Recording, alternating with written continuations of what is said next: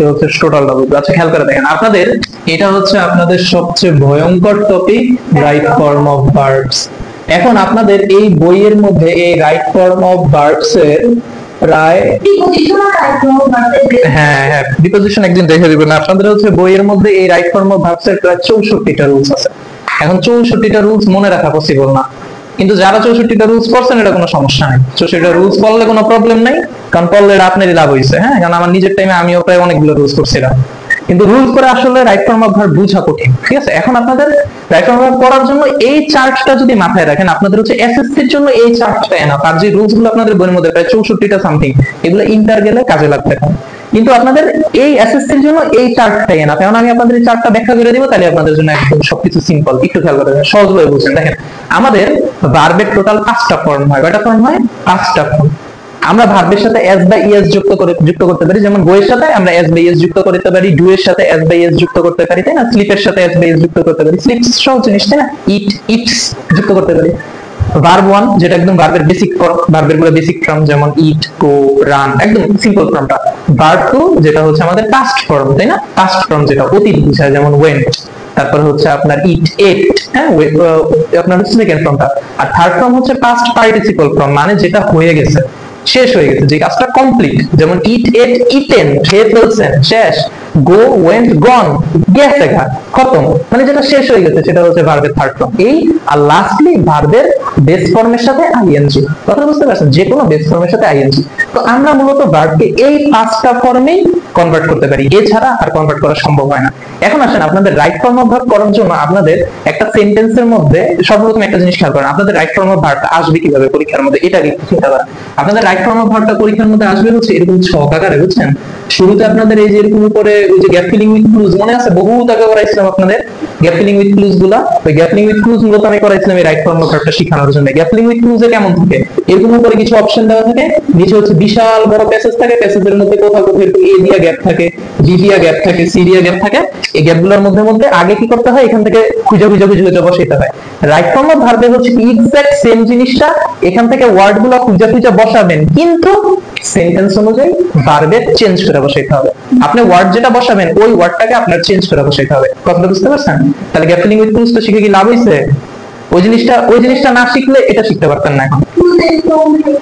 হ্যাঁ, gap filling with clues আপনাদের পরীক্ষা আছে, এবং এই রাইট ফর্ম অফ ভার্বের মধ্যে গ্যাপ ফিলিং উইথ ক্লুজ আকারেই আসবে জিনিসটা, কিন্তু আপনাকে কি করতে হবে? ওই ক্লুটারই একটু চেঞ্জ করে নিতে হবে, একটু মডিফাই করা লাগবে। ঠিক আছে, এখন আসেন আমরা রাইট ফর্ম অফ ভার্ব করার জন্য আরেকটা অ্যানসারিং কিভাবে করবেন এটা তো জানেনই। অ্যানসার দুটো কোশ্চেন দিয়ে direct A B C D দিয়ে খালি অ্যানসারগুলো লিখে যাবেন, হ্যাঁ, আর কোনো সমস্যা নেই। এখন আসেন আমরা একটা রাইট ফর্ম অফ ভার্ব করার আগে আমাদের কয়টা জিনিসের দিকে নজর দিতে হবে, কয়েকটা জিনিসের দিকে। প্রথমে আপনাদের ওই যে প্যাসেজটা থাকবে না, এই প্যাসেজটা পুরোটাকে পড়া লাগবে, পুরো প্যাসেজটা পড়া লাগবে। প্যাসেজটা পড়া দেখা লাগবে এই প্যাসেজটা কি প্রেজেন্টে আছে নাকি পাস্টে আছে, এইটার মধ্যে আগে একটু খেয়াল করবেন। এই দুটো জিনিস খেয়াল করবেন। যদি দেখেন পুরোটা আপনাদের ম্যাক্সিমাম প্রেজেন্টের মধ্যেই থাকে, যদি দেখেন প্রেজেন্টের মধ্যে থাকে, তাহলে বুঝবেন এখানে ম্যাক্সিমাম ভার্বের পরে আপনাদের শুধু এস বা ইএস যোগ করা লাগবে ম্যাক্সিমাম ভার্বের ক্ষেত্রে। অনেক ক্ষেত্রে থাকে, বাট আপনাদের অত একটা প্যারা দিবে না আপনাদের, আমার যতটুকু মনে হয় এবার অত একটা পেইন দিবে না, কিন্তু তারপর যদি থাকে সেটা অন্য হিসাব। এবার দেখেন শুনেন, কখন প্রেজেন্ট পাস্ট একসাথে থাকে সেখানে যখন মনে করেন যে আপনার দুই বন্ধু গল্প করতেছে, দুই বন্ধু কথা বলতেছে, দুই বন্ধু একটা ঘটনা বলতেছে, তখন বর্তমানের কথা আসে, অতীতের কথা আসে, কিন্তু ম্যাক্সিমাম ক্ষেত্রে আপনাদের হচ্ছে বর্তমানে কি ঘটতেছে এরকম টাইপেরই বুঝে। আর যদি কখনো কোনো স্টোরি বলে, স্টোরির ক্ষেত্রে সবসময় মনে রাখবেন, যদি কোনো গল্প হয়, এই কথা জানা দেখেন, যদি কোনো গল্প বলে, হ্যাঁ, যেমন হচ্ছে আগে ওই একটা রাখাল ছিল, রাখাল হচ্ছে বাঘরে রাখতেছিল, হ্যাঁ, যেটা লায়ার শেপার্ড, তারপরে হচ্ছে অনেস্ট ট্রুথ কাটার, এরকম যদি কোনো গল্প বলে, তাহলে একদম কোনো ভাদিকে না তাকায় বুঝবেন যে সেটা পাস্ট ফর্মে আছে। ঠিক আছে, স্টোরি বললে সেটা পাস্ট ফর্মে থাকে। যদি প্রেজেন্ট থাকে, কি বললাম, ম্যাক্সিমাম ভার্বের শেষে আপনার এস অথবা ইএস যুক্ত করতে হবে। আর যদি পাস্ট ফর্মে থাকে প্যাসেজটা, তাহলে আপনি বুঝবেন যে এখানে আপনার শুধুমাত্র ভার্বের সেকেন্ড ফর্মে নেওয়া লাগবে, আর কোনো কাজ নেই। তো এই দুটো জিনিস ভাবতে দেখবেন। এবার আরেকটা দেখবেন যে আপনি যেই সেন্টেন্সটাকে নিয়ে রাইট ফর্ম অফ ভার্ব করবেন, সেটা কি সিঙ্গুলারে আছে নাকি প্লুরালে আছে। হ্যাঁ, সিঙ্গুলারে আছে নাকি প্লুরালে আছে। যদি সিঙ্গুলার হয় তাহলে মনে রাখবেন আপনার ভার্বটাও সিঙ্গুলারই হবে। হ্যাঁ, সিঙ্গুলার হলে ভার্বটাও সিঙ্গুলার হবে, আর যদি প্লুরালে থাকে তাহলে আপনার ভার্বটাও প্লুরাল হবে। এই জিনিসগুলো মাথায় রাখবেন, মনে রাখবেন, এই জিনিসগুলো মাথায় রাখবেন। এখন আসেন আমরা হচ্ছে এই পুরো চার্টটা একটু দেখি, দেখলে একদম ফুল ক্লিয়ার হয়ে যাবে। দেখেন, প্রথমে ভার্বের সাথে এস বা ইএস কখন বসে একটু খেয়াল করেন। আই বাদে মানে হচ্ছে আপনি বাদে, আই মানে কি আমি, এই আই কথাটা বাদে, আই কথাটা বাদে যত আপনার একক প্রাণী আর বস্তু আছে, একক প্রাণী মানে সিঙ্গুলার, সিঙ্গুলার প্রাণী বা বস্তু যেই কয়টাই আছে একটা বুঝাইলেই হবে। আই বাদে যা কিছু আছে যদি একটা বুঝায়, সেই ক্ষেত্রে আপনার ভার্বের সাথে এস অথবা ইএস যুক্ত করা লাগবে। যেমন ইট ক্রিয়েট ট্রাফিক জ্যাম। খেয়াল করে দেখেন, ইট, এটি, এটি কয়টি? একটি না দুইটি? একটি না দুইটি? অবশ্যই একটি, অবশ্যই একটি। এই কারণে আমার হচ্ছে এখানে ভার্বের সাথে এস যুক্ত করে দিবেন। আমার কথাটা কি বুঝতে পারছেন? একদম সিম্পল জিনিস। কি বললাম? এখন ইটের পরিবর্তে যদি অন্য কিছু থাকতো, অন্য কিছু যদি থাকতো, যেমন আমি আমি যদি বলি যে হি ইট রাইস, এখানে খেয়াল করেন এখানে আমার ভার্বটা হচ্ছে ইট, এখানে হি কয়জন? একজন। তাহলে আমার ইটের জায়গায় কি হয়ে যেত? ইটস। জিনিসটা কি বুঝতে পারছেন? একদম সহজ, খালি রুলসটা মাথায় রাখবেন এটা। এরপরে যদি কোনো ওয়ার্ডের সাথে টিআইওএন, এমইএনটি, এখন আপনারা বলতে পারেন এটা কি? TION, education, liberation, meant, enjoyment, তাই না? অ্যাচিভমেন্ট, লাস্টে এমইএনটি আছে। তারপর দেখেন এই যে TY, honesty, ness, goodness, happiness, ISM, patriotism, তাই না? তারপরে নেপোটিজম, কথাটা বুঝেন? নেপোটিজম মানে এটা হচ্ছে আপনার বৈষম্য, যেটা বোঝায়, ঠিক আছে? তারপর দেখেন ডম আছে, উইজডম, সেলডম, তারপর সিওয়াই আছে, প্রাইভেসি, প্রাইভেসি, লিটারেসি, লাস্টে সিওয়াই আছে, আইএনজি, কোন কিছু লাস্টে আইএনজি, কোন কিছু, যে কোনো কিছু তো লাস্টে আইএনজি যদি এরকম থাকে, সেই ক্ষেত্রে হ্যাঁ ইটিং, হ্যাঁ ইটের ব্যাপারে যে কোনো কিছুর শেষে আপনার যদি এরকম এই জিনিসগুলো থাকে, সেই ক্ষেত্রে আপনার ভার্বের পরে এস বাই এস হবে। যেমন দেখেন এখানে কি আছে? নেসেসিটি, লাস্টে কি আছে? টিওয়াই, টিওয়াই আছে, এই যে টিওয়াই আমাদের আছে না, রুলসের মধ্যে আছে না? এই কারণে আমার ভার্বের সাথে আমি কি যুক্ত করব? এস বা ইএস। সহজ লাগলো না জিনিসটা? ইএস যোগ হয়, যেমন এই যে গো, লাস্টে ইএস গোজ। এখন আসেন কখন ইএস যুক্ত? একদম সহজ জিনিস বলি, যখন কোন ওয়ার্ডের পরে ভাওয়েল থাকে। কি থাকে? ভাওয়েল। যেমন গো এর পরে কি আছে? ও কি ভাওয়েল না? এই কারণে ইএস যুক্ত হবে। আমার কথাটা কি বুঝতে পারছেন? আর যদি আপনার কনসোনেন্ট থাকে, যেরকম এরকম যদি কনসোনেন্ট থাকে, সেই ক্ষেত্রে এস। আর এখানে অলরেডি আমার ই আছে, এই কারণে আমি এস। কথাটা বুঝতে পারছেন? অলরেডি ই ছিল। তাহলে এস বাই এস কখন হয় বুঝতে পারছেন? একদম সহজ, এ ছাড়া আর কিছু না। এগুলো নিয়ে আপনাদের বইয়ের ভিতরে 20 30টার উপরে রুলস আছে, শুধু এটুকু নিয়ে। কথা বুঝছেন? এরপরে দেখেন, হ্যাঁ এবার দেখেন ভার্বের ফার্স্ট ফর্ম কখন, ভার্বের ফার্স্ট ফর্ম কখন কখন বসে। এখানে কি ছিল? একক প্রাণী, এখানে হচ্ছে একাধিক প্রাণী। যখন হচ্ছে বহুবচন বোঝায়, বহুবচন বোঝায়, প্লুরাল বোঝায়, তখন আমাদের ভার্বের প্রেজেন্ট ফর্ম থাকবে। যেমন দেখেন দে রান ডেইলি, দে কয়জন? একজন না দুইজন? অনেকজনই তো বোঝায়। যেমন আপনারা সবাই এখানে দে, তারা, আপনারা সবাই তারা এখানে সবাই। হ্যাঁ হ্যাঁ, এই যে একাধিক যদি বোঝায়, সেই ক্ষেত্রে আমার যা আছে তাই থাকবে। সহজ না জিনিসটা? এরপরে দেখেন যদি can, could, may, might, shall, should, will, would, must, মানে মোট কথা হচ্ছে আপনাদের মডাল অক্সিলারি গুলা, মডাল অক্সিলারি গুলো যদি থাকে, সেই ক্ষেত্রেও আপনার হচ্ছে যা আছে তাই থাকবে। যেমন এখানে হি ক্যান রিড, এই আপনার যা আছে। সহজ না জিনিসটা? ও সরি একটা জিনিস এখানে হচ্ছে আপনার যে রিডের উপরে হইতো জিনিসটা, বুঝছেন? রিড ছিল বারবার না, তো রিড যা আছে। যদি আপনার মনে করেন ডু, ডাজ, ডিড থাকে, ডু, ডাজ, ডিড থাকে, এই ক্ষেত্রেও আপনার ভার্ব যা আছে তাই থাকবে। একদম জাস্ট সিম্পল জিনিস, এগুলো খালি মাথায় রাখবেন। ইনফিনিটিভ টু, ইনফিনিটিভ টুটা কি আমি বলি? ইনফিনিটিভ টুটা হচ্ছে ভার্বের আগে যদি টু থাকে সেটা ইনফিনিটিভ। কথাটা বুঝতে পারছেন? ভার্বের আগে যদি টু থাকে, যেমন to eat, to sleep, to go. খেয়াল করে দেখছেন, মানে ভার্বের আগে টু আছে, এই টু যদি থাকে সেটা কি বলবো? ইনফিনিটিভ। ইনফিনিটিভ যদি থাকে আমার ভার্বের প্রথম ফর্মে যা আছে তাই থাকবে। একদম সহজ জিনিস, একদম সহজ জিনিস, শুধু রুলগুলো মাথায় রাখবেন।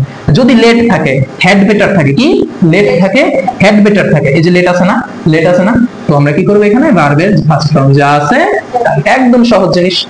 দেখেন এই যে এই দুইটা রুলস শিখলেন না, ভার্বের সাথে এস বাই এস এর আর ভার্বের প্রথম ফর্মের, এতটুকুর মধ্যে থেকে আপনাদের রাইট ফর্ম অফ ভার্বের প্রায় 60% আপনারা কমন পাবেন এতটুকুর মধ্যে থেকে, আর বাকি এতটুকুর মধ্যে থেকে বাকি 40% থাকবে। আর কথাটা বুঝতে পারছেন? ম্যাক্সিমাম ক্ষেত্রে আপনাদের তো এই বছর যেটা ছিল সেটার মধ্যে 80% ছিল এতটুকুর মধ্যে, 80% এতটুকুর মধ্যেই ছিল ভার্বের সাথে এস বাই এস। বললাম না যে আপনার যদি পুরোটা প্রেজেন্ট ফর্ম না হয়, তাহলে ম্যাক্সিমামই আপনার মনে করতে হবে এস বাই এস বসবে। আমার কথা বুঝতে পারছেন? এবার আসেন ভার্বের সেকেন্ড ফর্ম, দেখেন কত অল্প। ভার্বের সেকেন্ড ফর্ম, ভার্বের সেকেন্ড ফর্ম মানে অতীত। এটা কখন কখন বসে? কখন কখন বসে? যদি আপনার অতীত রিলেটেড কোনো কথা থাকে, যে 1971, অনেক আগে হয়েছে না কোনো একটা সালের কথা, পূর্বের কোনো সালের কথা। যেমন আমি যদি বলি 2022, এটা কি অতীত না? অবশ্যই অতীত। এরকম যদি কোনো সালের কথা থাকে, ওয়ার্ল্ড ওয়ার কি আগের ঘটনা না? ওয়ার্ল্ড ওয়ার দিয়ে এখানে মূলত বোঝানো হয়েছে আগের কোনো ঘটনা, যেমন ভাষা আন্দোলন, মুক্তিযুদ্ধ, হ্যাঁ এগুলো আগের ঘটনা। এই ক্ষেত্রে আমার অবশ্যই ভার্বের সেকেন্ড ফর্ম বসবে, অবশ্যই। যদি ওয়ান্স থাকে, বিফোর থাকে, আফটার থাকে, সেই ক্ষেত্রে আমার এই যে ভার্বটা, এই ভার্বের সেকেন্ড ফর্ম, এখানে কাম আছে, তাহলে কাম হয়ে যাবে came, একদম সহজ জিনিস, মনে থাকবে এগুলা। দেখেন কি আছে, once আছে। এখন once এর পরিবর্তে যদি আপনার before থাকতো, before he came, I will eat before he came, সহজ না? একদম সহজ, একদম সহজ জিনিস, ঠিক আছে। এরপর দেখেন যদি as though থাকে, as if থাকে, কি as though, as if সেন্টেন্সের মধ্যে কোথাও as though, as if, সেই ক্ষেত্রে আপনার ভার্ব সেকেন্ড ফর্ম, ঠিক আছে।